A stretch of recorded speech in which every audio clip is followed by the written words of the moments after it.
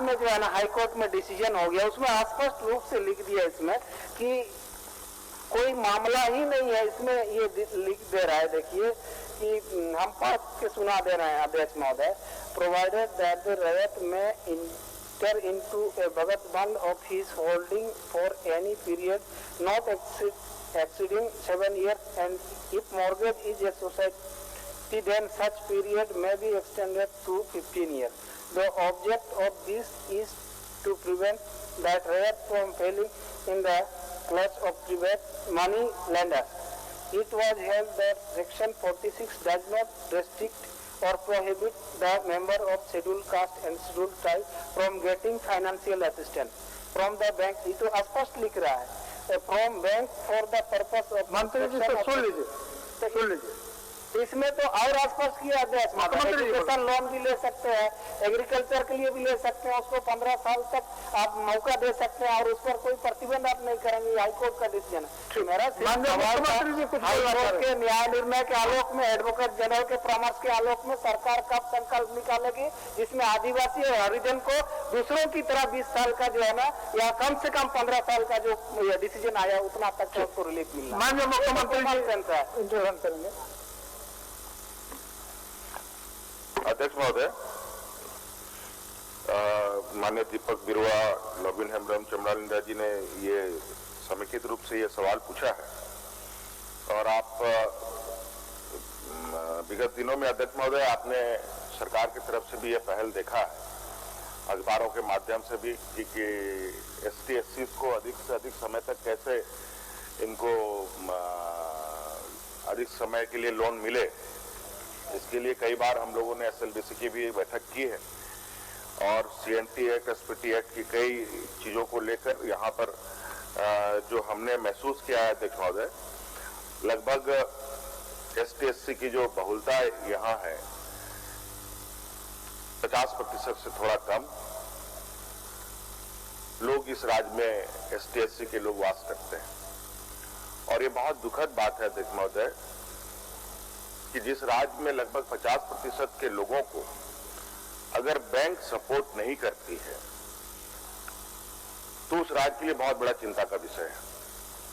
कल भी कुछ बैंक के लोग हमारे पास आए थे, उनके साथ भी हमने ये बातें रखी और सबको इस बात के लिए हमने कहा है कि आप इस संदर्भ को थोड़ा गंभीरता से लें, क्योंकि हम लोग ये महसूस भी करते हैं, वो भी ये महसूस करते हैं कि यहाँ पर एसटी एससी के जो लोग हैं, ये लोग लगभग बहुत कम तादाद में नहीं के बराबर लोग डिफॉल्टर होते हैं, फिर भी इनको मदद नहीं करते। जहाँ संभ्रांत लोग हैं, जहाँ 10 करोड़, 50 करोड़, 30 करोड़ या 100 करोड़, 1000 करोड़ जो लोग लेने वाले हैं, उनको बहुत आसानी से लोन मिल जाता है और किसान, मजदूर, यहाँ तक कि अध्यक्ष महोदय एजुकेशन लोन के लिए भी इनको दिक्कत आती है। और अभी माननीय सदस्यों ने ये जो राष्ट्रीयकृत बैंक कोऑपरेटिव सोसाइटी के बारे में जिक्र किया है, जिसमें 15 वर्षों तक अपनी प्रॉपर्टीज को बंधक रखा जा सकता है। और अभी मैंने मुख्य सचिव को इस संदर्भ में मैसेज किया है और इस संदर्भ में पूरी तरीके से ये सिर्फ सरकारी कर्मी ग्रुप ए, ग्रुप बी की ही बात नहीं, बल्कि पूरी वर्गों के लिए विषय में हमारी चिंता है। और मैं माननीय विधायकों को ये आश्वस्त करना चाहूंगा कि ये भगवत बंधा मॉर्गेज का जो विषय है, इसको थोड़ा सा इंटरप्रिटेशन किस तरीके से हुआ है, इस ऑर्डर को लेकर के ऑर्डर भी थोड़ा सा जो हमने सरसरी निगाहों से देखा है, उसमें प्रावधान भी किया गया है, ऐसा मुझे लग रहा है। और इसको देखने के बाद निश्चित रूप से, और जो हम जिस दिशा में सरकार काम कर रही है, एससी के लोगों को बैंक का सपोर्ट कैसे मिले, इस पर हम लोग काम कर रहे हैं और बहुत जल्द इस ऑर्डर का हम लोग अध्ययन करते हुए इस संदर्भ में सरकार जल्द निर्णय लेगी। अध्यक्ष महोदय, एक पूरक सिर्फ हम इसलिए जानना चाह रहे हैं, जो सरकारी सेवा का उनको तो हाईकोर्ट ने भी रिलीफ दिया, हो गया नहीं आदेश में सरकारी सेवक का भी हो गया, भुगत बंधा का भी विषय आ गया। सरकारी सेवकों को तो इससे रिलीफ मिलना ही चाहिए। मुख्यमंत्री जी स्पष्ट बोल रहे हैं कि सरकारी सेवक चूंकि उनका नौकरी गारंटी में है, इसी आधार पर दूसरों की तरह मिले, लेकिन जो कृषक है और दूसरे लोग हैं उसके लिए सरकार एक रास्ता बनाने का काम करे, ये स्पष्ट हो जाना चाहिए। बोल दिया आप नौकरी करते हैं तब तो घर बनाने के लिए लोन लेंगे आप, माननीय मुख्यमंत्री जी सरकारी सेवकों को तो रिलीफ आप दे, बाकी लोगों के लिए आप इस पर कोई रास्ता निकालिए। होगा अध्यक्ष महोदय कि सरकार की तरफ से सरकारी वर्गों के कर्मचारियों को कई तरीके के लोन उपलब्ध होते हैं, यहाँ तक कि विधानसभा से भी गाड़ी खरीदने के लिए, मकान बनाने के लिए भी दिया जाता है अध्यक्ष महोदय। लेकिन विधानसभा में मुझे लगता है कि 5 साल का राइडर नहीं है। 5 साल का ही है सर विधानसभा 5 साल का, मैं भी घर का लोन लिया विधानसभा में। हाँ, ST सभी लोग गाड़ी में भी है। 5 साल के अंदर वो हमसे लिया गया तो हमने लोन लिया। 5 साल का है अध्यक्ष महोदय। देखिए I am not very clear, इसमें हम बाद में ये लगता है अध्यक्ष महोदय सदन को पूरी क्लियरिटी नहीं है और मुझे भी क्लियरिटी नहीं है, और मैं आश्वस्त करता हूँ सदन चलते ही इसका अध्ययन करते हुए मैं इस विषय को सदन में रखूंगा। माननीय सदस्य लंबोदर महतो जी, और आप इसको मत खींचिए, हो गया। माननीय सदस्य लंबोदर महतो जी। माननीय अध्यक्ष महोदय, मेरा ध्यान आकर्षण था सरकार के प्रति कि कार्मिक प्रशासनिक सुधार एवं राजभाषा विभाग झारखंड सरकार के संकल्प संख्या 3286 दिनांक 4 अप्रैल 2014 के संदर्भ में, और उसमें प्रावधान था कि राज्य के विभिन्न विभागों के प्रशासनिक नियंत्रणाधीन सभी सेवाओं और संवर्गों में प्रोन्नति के रिक्त पदों के विरुद्ध अर्हता प्राप्त कर्मियों को प्रोन्नति की त्वरित कार्रवाई की जाए, और इसके लिए प्रावधान था कि वर्ष में कम से कम 2 बार विभागीय प्रोन्नति समिति की बैठक निश्चित रूप से आहूत की जाए।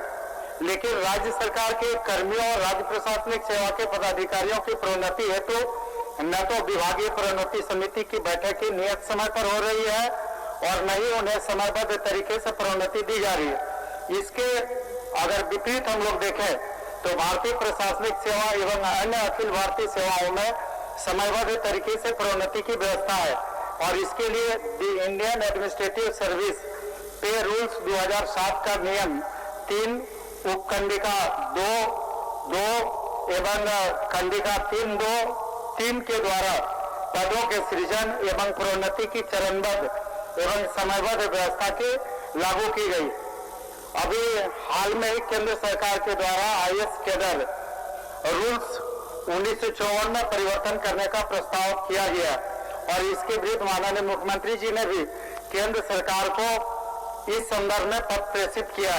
ऐसे में क्या राज्य सरकार संकल्प संख्या 3286 दिनांक 4 अप्रैल 2014 में आवश्यक बदलाव लाने का विचार करती है, ताकि राज्य सेवा के पदाधिकारियों को ससमय प्रोन्नति देकर स्थानीय कैडर को मजबूत किया जा सके, जिससे राज्य सेवाओं को सम्यक कल्याण हो सके, राज्य विकास के पथ पर अग्रसर हो सके। और इस संदर्भ में सरकार का जवाब आया भी है, लेकिन सरकार का जवाब निश्चित रूप से जैसा होता है कि कानून की किताब में लिखा है, नियम बना हुआ है, नियमावली बना हुआ है, सारे चीज इसमें इसका सरकार का जवाब में जिक्र है, लेकिन ये नियम ही बना हुआ रह गया। इस संदर्भ में महोदय हमको कुछ बातों की स्पष्ट करना, इसमें जो नियमावली है इसमें स्पष्ट है कि हर साल में 2 बार DPC की बैठक करनी है, और DPC की बैठक करके इन लोगों को प्रोन्नति देना। एक उदाहरण है कि 24 दिसंबर 2020 को राज्य प्रशासनिक सेवा के मूल कोटि के पदाधिकारियों को अनुमंडल पदाधिकारी के स्तर पदों पर प्रोन्नति देना था, और ये DPC 24 दिसंबर 2020 को हो गया। 14 महीने इसके बीत गए, और इसके पीछे सरकार का तर्क था कि कार्मिक विभाग ने एक पत्र अपने विभाग से निकाला था, उसका पत्रांक था 6752 दिनांक 24 दिसंबर 2020। जिस दिन DPC की बैठक होती है उसी दिन कार्मिक विभाग का एक चिट्ठी निकलता है, और कार्मिक विभाग राज्य सरकार के सारे पदाधिकारियों और कर्मचारियों की प्रोन्नति पर रोक लगाता है, और निश्चित रूप से कार्मिक विभाग के इसी पत्र का हवाला देते हुए पदाधिकारियों और कर्मचारियों की प्रोन्नति यहाँ पर रोकी जाती है। इस संदर्भ में हम स्पष्ट करना चाहेंगे कि ये मामला हाईकोर्ट में ही जाता है और हाईकोर्ट का वाद संख्या WPS 1390/2021 ये हाईकोर्ट में भी जाता है और माननीय झारखंड उच्च न्यायालय ने निर्णय भी देता है। और झारखंड उच्च न्यायालय का जो निर्णय आता है 13 जनवरी 2022 को 13 जनवरी 2022 को जो निर्णय झारखंड सरकार झारखंड उच्च न्यायालय का है उसी पर आ रहे हैं। झारखंड ये महत्वपूर्ण विषय पर है तो ये झारखंड माननीय झारखंड उच्च न्यायालय का 13 जनवरी का WPS 1390 में जो आदेश आया उसमें बहुत ही ये है कि जो राज्य सरकार का कार्मिक विभाग का जो आदेश था पत्रांक 6752 24 दिसंबर 2020 हाईकोर्ट कहता है कि सरकार का ये आदेश गलत है, असंवैधानिक है और हाईकोर्ट ने सरकार के कार्मिक विभाग के उस आदेश को भी निरस्त कर देता है। और हाईकोर्ट का आदेश आता है कि जो प्रोन्नति पर रोक लगाया गया उस आदेश को ही कार्मिक विभाग के उस आदेश को हाईकोर्ट रद्द कर देती है और निर्देश देती है कि 4 सप्ताह के अंदर जो डीपीसी जिसका हो चुका है जिनका डीपीसी हो चुका है ऐसे लोगों को 4 सप्ताह के अंदर पदाधिकारियों को प्रोन्नति देने का काम करे। ये हाईकोर्ट का आदेश का आए हुए का 4 सप्ताह का ये समय भी पार हो जाता है और अब समय आ गया है कोर्ट के आदेश के अवमानना का। इसलिए महोदय हम जानना चाहेंगे कई ऐसे विषय है जिसे यहीं पर झारखंड सरकार मान्य सदस्य एक बार जवाब ठीक सर कार्मिक का जवाब महोदय इसमें हस्ताक्षर है मथुरा प्रसाद महतो और कुमार जयमंगल। महोदय राज्य स्तरीय प्रशासनिक सेवा और अन्य राज्य सेवाओं के बारे में इन्होंने बात रखने की काम किया है और भारत सरकार का भी बात इन्होंने रखने की काम किया। द इंडियन एडमिनिस्ट्रेटिव सर्विस पे रूल्स 2007 तो भारत सरकार तो अलग है। स्टेट लेवल का जो है जो नियम और अधिनियमों के बात कर रहे थे ये बात सही है कि कार्मिक प्रशासनिक सुधार राजभाषा विभाग संकल्प 3286 दिनांक 4/4/2000 में प्रोन्नति हेतु ग्रेड पे आधारित कालावधि का निर्धारण किया गया था। ये बात सही है। उसके बाद राज्य प्रशासनिक सेवा एवं अन्य राज्य सेवाओं के संवर्ग विभागीय प्रोन्नति समिति के बैठक के संबंध में स्वरूप एवं प्रक्रिया के निर्धारण कार्मिक विभाग संकल्प ज्ञापन संख्या 6147 दिनांक 7/11/2003 में किया गया है जिसकी कंडिका 5 में व्यवस्था है जो साफ है जो जवाब में दिया गया है। और ये जवाब देखे जवाब तो उसमें साफ कहा गया है प्रशासनिक विभाग की ये जिम्मेदारी रहेगी कि प्रत्येक पंचांग वर्ष में होने वाली रिक्तियों के विरुद्ध उसके पहले वर्ष के दिसंबर तक विभागीय प्रोन्नति समिति द्वारा अगले वर्ष में प्रोन्नति देने के लिए एक पैनल तैयार कराए ताकि अगले वर्ष होने वाली रिक्तियों के विरुद्ध में समय पर प्रोन्नति का आदेश निर्गत किया जा सके। ये जवाब है। और मैं समझता हूँ कि दोनों भारत सरकार का सेवा और स्टेट की सेवा में अलग अलग नियम होता है। उसका उदाहरण हमें लगता है कि राज्य सरकार में लागू नहीं होती और विभाग की ओर से हम इतना ही कह पाएंगे कि उसको मैं दिखाते हैं और जो 3286/4/4 जो 2014 संशोधन अपेक्षित अभी नहीं है। आपको एक पूरक पूछ लिया अध्यक्ष महोदय बहुत साफ है महोदय। सरकार का जवाब आया जिस कंडिका 5 की बात कर रही कही जा रही कंडिका 5 में निश्चित रूप से हर दिसंबर तक में करना है लेकिन हो कहा रहा है अभी तक 2020 के बाद से किसी भी पदाधिकारी का किसी भी कैडर का कोई भी प्रोन्नति कोई भी डीपीसी नहीं हुई है। हर दिसंबर 2020 भी खत्म हो गया, दिसंबर 2021 भी खत्म हो गया, अभी तक तो हुआ नहीं। और दिसंबर 2020 में राज्य प्रशासनिक सेवा को डीपीसी हुई है और उस डीपीसी के आलोक में हाईकोर्ट में भी कहा कि इनको 4 सप्ताह में प्रोन्नति दे दीजिए। 4 सप्ताह का समय भी पार हो गया, सरकार अभी तक उनको अभी तक प्रोन्नति नहीं दी है। और मेरा सवाल यह है कि मतलब यही इसी सरकार ने एक VS दुबे की समिति बनी थी और VS दुबे जी की समिति के द्वारा भी उनका भी अनुशंसा आया था कि झारखंड प्रशासनिक सेवा में या अन्य सेवा जो है इसको बेहतर करने के लिए प्रशासनिक सेवा के पदाधिकारियों को प्रीमियर सेवा की अनुशंसा की गई थी। लेकिन इस संदर्भ में भी अभी तक कोई नियमावली नहीं बन पाई। उनकी अनुशंसा जहाँ की तहाँ पड़ी हुई है। माननीय इसके अतिरिक्त माननीय सदस्य और 7th पे कमीशन है, क्वेश्चन आपका लंबा होते जा रहा है।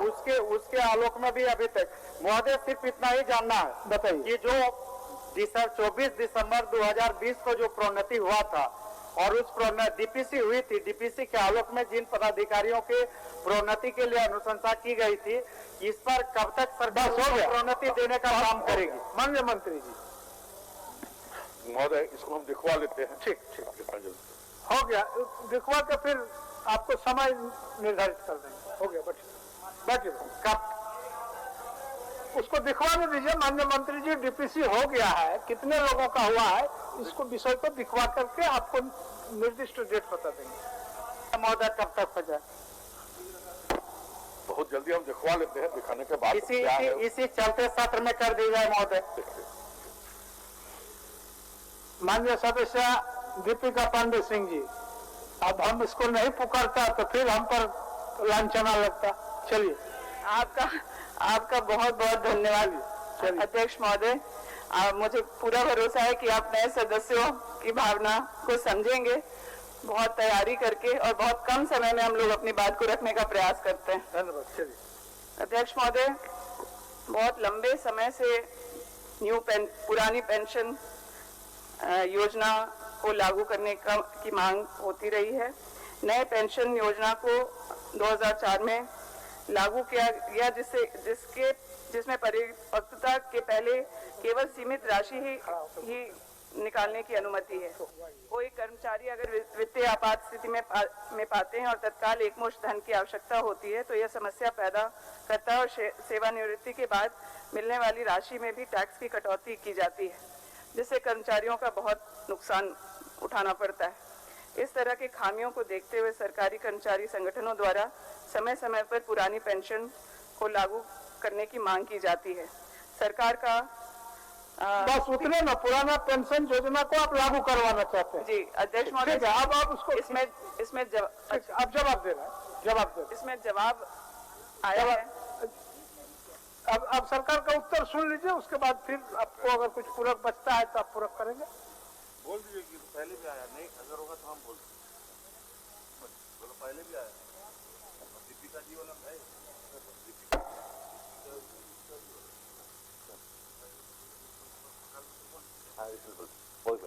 माननीय मंत्री जी। महोदय,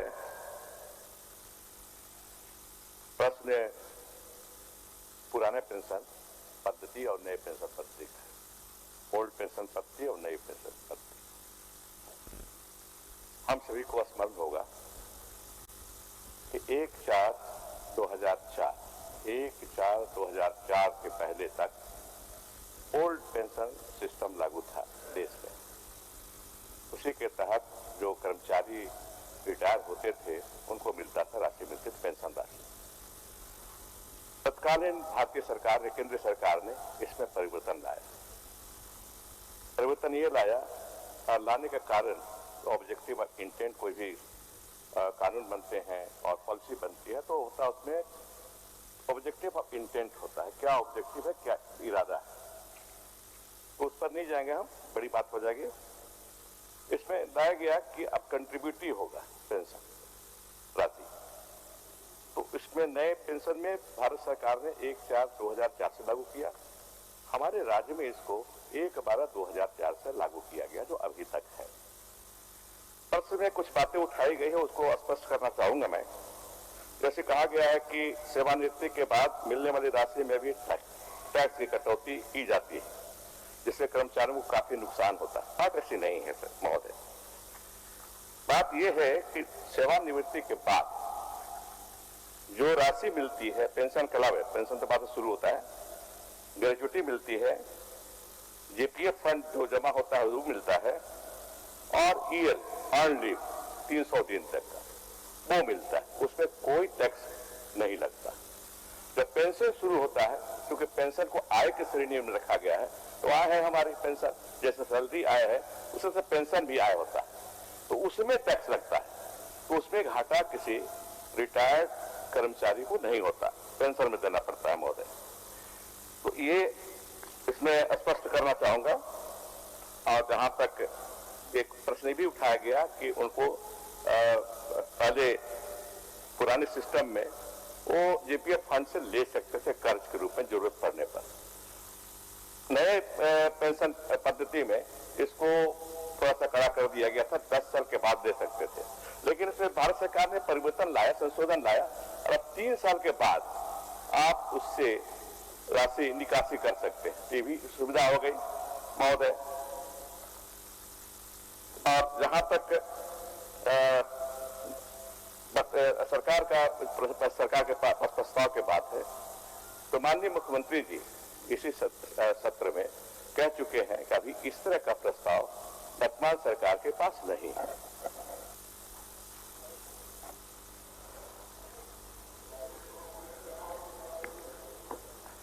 अध्यक्ष महोदय, मंत्री जी का जवाब हम लोगों ने सुना।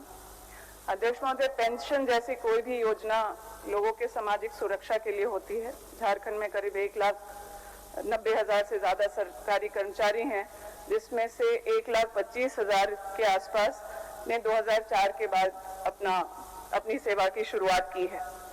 इससे उन्हें बहुत परेशानी हो रही है और एक शिष्टमंडल, अभी मुख्यमंत्री जी की भी बात हुई, मुझे पूरा भरोसा है, अखबारों के माध्यम से यह बात आई थी कि शिष्टमंडल मुख्यमंत्री जी से मिला है और उनसे हमारी भी बात हुई, तो वो बहुत आशान्वित हैं। उस वार्ता में मुख्यमंत्री जी ने भी उन्हें आश्वस्त किया है कि यह लागू किया जाएगा। हाल में ही राजस्थान की सरकार में इसको लाया गया है। इसमें सबसे परेशानी जो हमारे कर्मचारियों को होती है कि पुरानी पेंशन योजना में अंतिम मूल वेतन और महंगाई भत्ते की आधी राशि बतौर पेंशन जीवन काल तक राजकोष से मिलता रहा है। हर साल 2 बार महंगाई भत्ता भी बढ़ता है और सबसे महत्वपूर्ण बात कि मौत होने पर पारिवारिक पेंशन की भी व्यवस्था है। जो हमारे कर्मचारी सालों अपना जीवन सरकार की सेवा में लगाते हैं, जनता की सेवा में लगाते हैं, उनके परिवार की सुरक्षा सुनिश्चित करना भी सरकार का ही दायित्व है। मैं इस सदन में मुख्यमंत्री जी भी उपस्थित है, मैं उनसे निवेदन करूंगी कि इस पर एक सकारात्मक जवाब और एक समय सीमा तय हो जाए। आज भले कोई प्रस्ताव ना हो, लेकिन आने वाले दिनों में इस कर्मचारियों के हित में निर्णय लेते हुए एक समिति की गठन कर दी जाए और एक समय सीमा तय कर दी जाए। अध्यक्ष महोदय, हो गया। माननीय सदस्य के मंत्री जी। महोदय, अपने जवाब में मैंने स्पष्ट कर दिया है कि वर्तमान में इस तरह का प्रस्ताव, मतलब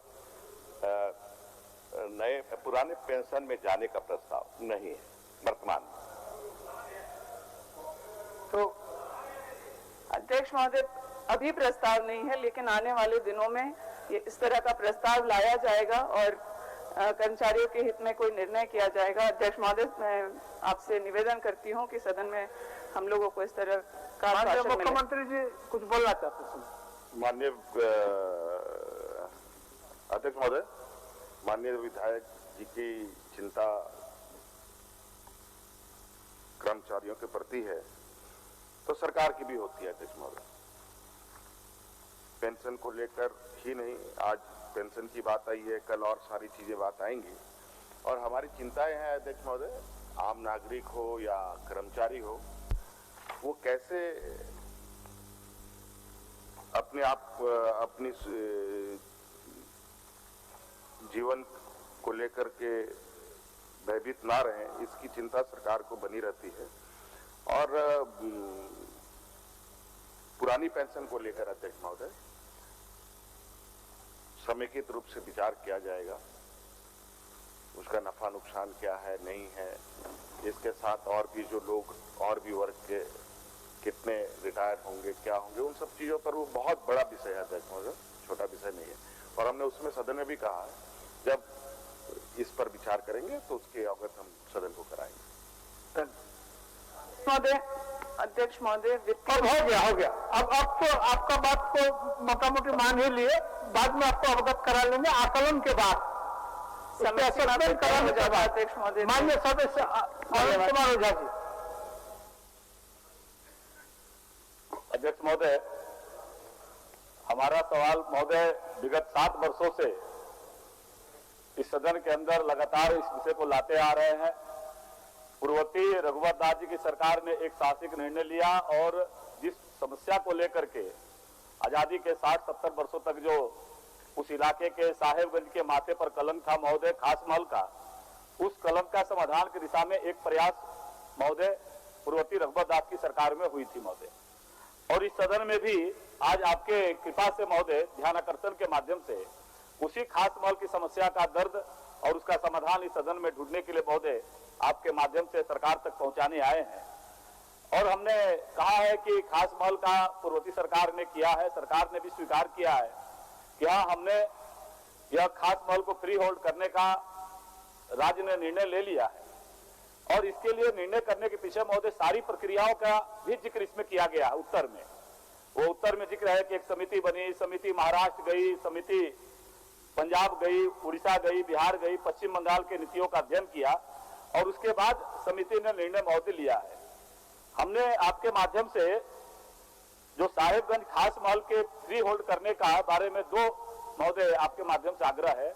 एक तो जो हमने शर्त रखा था कि जो शर्तें फ्री होल्ड करने के लिए रखी गई थी उसमें 2 बातें थी। एक तो प्रक्रिया का सरलीकृत करना और दूसरा था महोदय उसकी राशि जो 15% और 30% किया गया है उसकी राशि को कम करना। महोदय इसके बारे में साफ साफ लिखा गया है कि अतः पुनः लीज भूमि को फ्री होल्ड करने हेतु दर में संशोधन की आवश्यकता नहीं है महोदय। अध्यक्ष महोदय, सौभाग्य से माननीय मुख्यमंत्री जी इस सदन में मौजूद है और आदरणीय संसदीय कार्य मंत्री जी भी मौजूद है महोदय। ये प्रश्न हमने लाया था 5 मार्च 2020 को और मुझे लगता है कि आदरणीय अध्यक्ष महोदय को भी संज्ञान में होगा कि माननीय मंत्री जी ने, संसदीय कार्य मंत्री जी ने बड़े ही साहस के साथ कहा था कि आप नहीं कर पाए हैं वो हमारी सरकार हर हाल में करेगी। मैंने उनको धन्यवाद दिया था महोदय। मैंने ये नहीं कहा कि रघुवर दास जी की सरकार ने फ्री होल्ड करने का आदेश किया, उतनी प्रक्रिया की, सारे अधिकारियों को लगाया, मैंने उन्हें धन्यवाद दिया महोदय। और 2 साल के बाद पुनः यही उत्तर माननीय मंत्री जी ने उस समय कहा था कि हम विचार करेंगे और जो नहीं हो पाया था उसको करेंगे। आज उत्तर आया है कि लीज भूमि को फ्री होल्ड करने हेतु दर में संशोधन की आवश्यकता नहीं है महोदय। तो आपके माध्यम से पुनः माननीय उत्तर किनके माध्यम से आएगा मुझे मालूम नहीं है। सरकार से आग्रह करेंगे महोदय कि कम से कम इस स्थिति को स्पष्ट किया जाए। माननीय कार्य मंत्री जी ने कहा था वो सही है, ये सही जी। बहुत बहुत धन्यवाद महोदय। मुख्यमंत्री जी आपका जवाब दे रहे हैं। सवाल आपका जटिल है। करेंगे, साहसिक निर्णय लगे महोदय, हमको भरोसा है। तत्कालीन सरकार में यही लोग रहे अध्यक्ष महोदय। तत्कालीन कब से रहे यहाँ पर ये वही लोग जानते हैं अध्यक्ष महोदय। 20 वर्षों में इन लोगों ने इस विषय को कहां तक पहुंचाया, ये इनके समिति का ही, इनके द्वारा गठित, जो इनके तथाकथित रघुवर सरकार जी ने गठित किया था। 20 सालों में इन लोगों ने 23/9/2019 को एक कमेटी गठित कर दी। बस यही इनका उपलब्धि रहा है अध्यक्ष महोदय, फ्री होल्ड कराने में 20 सालों में। और अध्यक्ष महोदय, फ्री होल्ड करने के लिए जो आवेदन आने हैं अध्यक्ष महोदय सरकार को,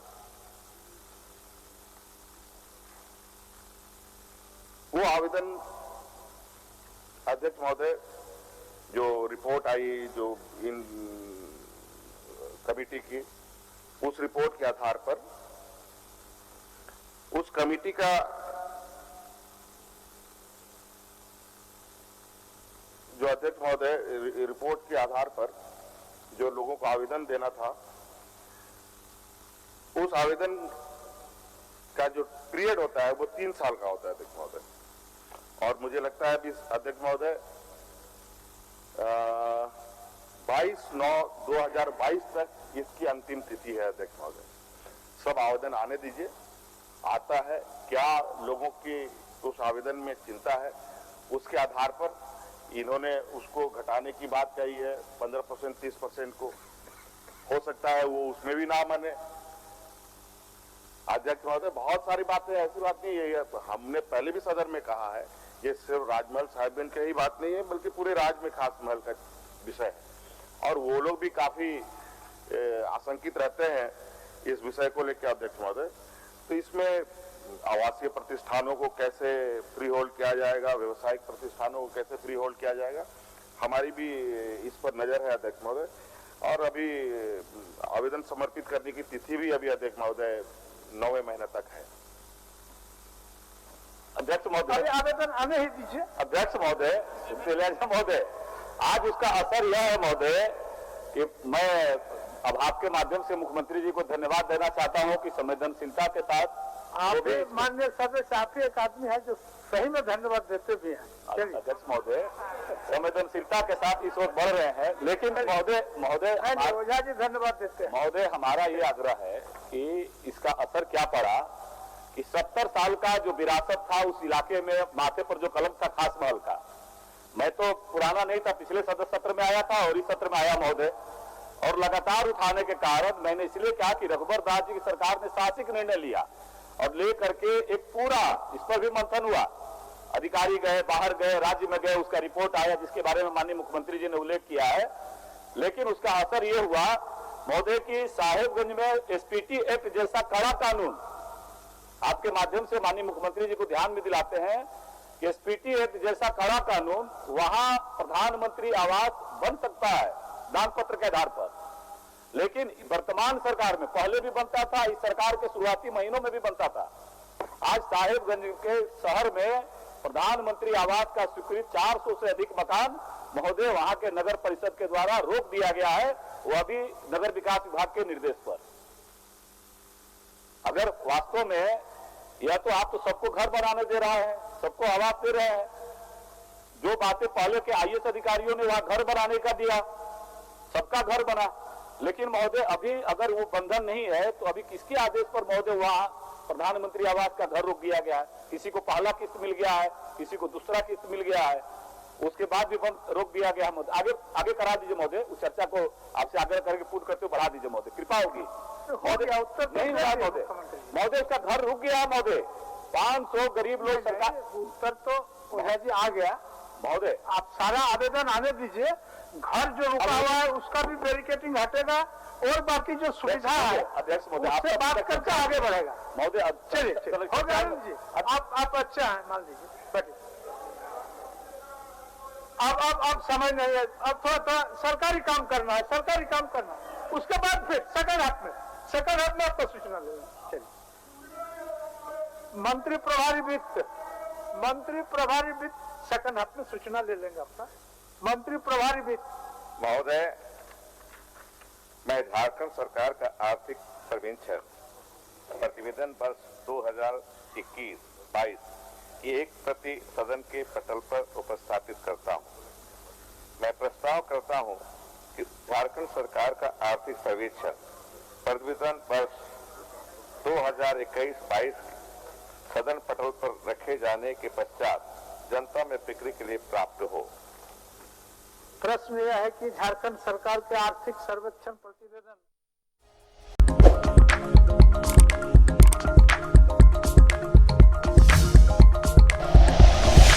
like and share videos, subscribe करें हमारा चैनल और प्रेस करें बेल आइकॉन। न्यूज़ 11 भारत, सच है तो दिखेगा।